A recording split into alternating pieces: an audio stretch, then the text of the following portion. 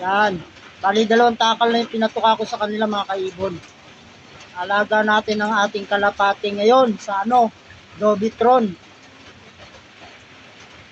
Kailangan nila may Dogitron para hindi sila dapuan ng sipon. Yan mga kaibon, no?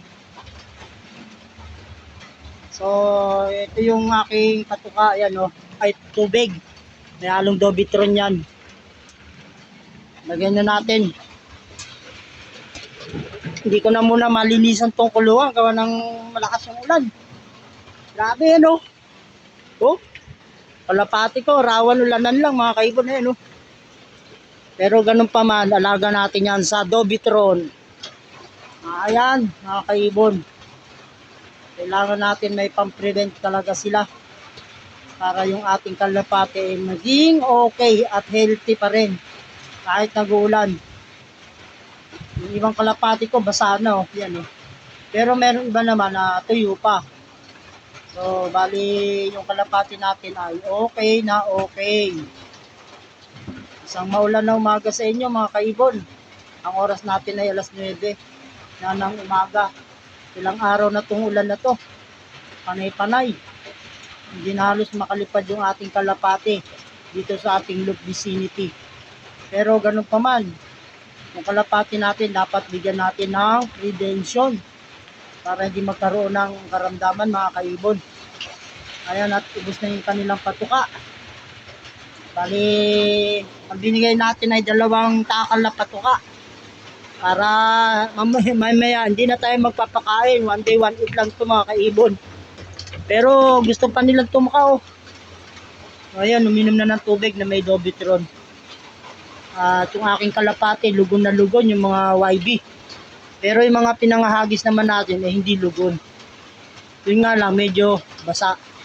Ayan mga kaibon, mga Stanley Boy, yung ating ibon sa araw na ito. Araw po ngayon ng Miyerkules. Yung ating kulungan, ayan, dumi. Ang dumi. Mamaya na natin lilinisin to gawa ng mayroong naglilinis sa baba ng bubungan. Baka matalis ka ng may ipot. Ayan yung kalapati, umiinom ng Dogitron. Ayan, kahit malamig ngayon, nainom pa rin naman sila. Hindi sila nainom dito. Ayan, marumi to Pero yung kalapati natin, okay naman. Ayan mga kaibon, walang sintomas ng anumang karamdaman ng sipon. At halos araw-araw na natin to nabibigyan ng Dogitron. Antibacteria mga kaibon kasi yan sipon yan, bakterya yan, sigurado yan. Yan yung kalapati natin, kita nyo mga kaibon. 6 na araw na yatang nag-uulan dito sa Las Piñas. Ewan ko lang sa inyo mga kaibon kung umuulan, pero sa tingin ko umuulan yata kasi dito sa amin sa Las Piñas, sa bayan, bahang-baha na mga kaibon. Yung ating mga kalapati, sinisilip natin, sinisilip natin yan tuwing umaga at saka gabi. Ayan, okay na okay naman sila, walang sintomas ng sipon. Napaka-importante na hindi magkaroon ng sipon ng ating kalapati kasi mga pangkarera to. Pag yan nagkasipon, diyan magsisimula ang malalang sakit.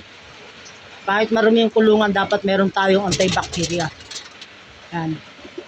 Sila mga kaibon, tingnan nyo, kung mas maigi, ilang araw na tong ulan na to, basaan na sila, pero okay pa naman yung kanilang kondisyon. So, yan mga kaibon, mga Stanley Boy, at yung ating video hanggang dito na lang. Maraming salamat sa inyo. At lagi nating tatandaan, bigyan natin ng prevention ng ating kalapati. Gumamit kayo ng antibacteria mga kaibon. Maraming gamot sa pet shop ngayon na panglaban sa lamig at saka sipon.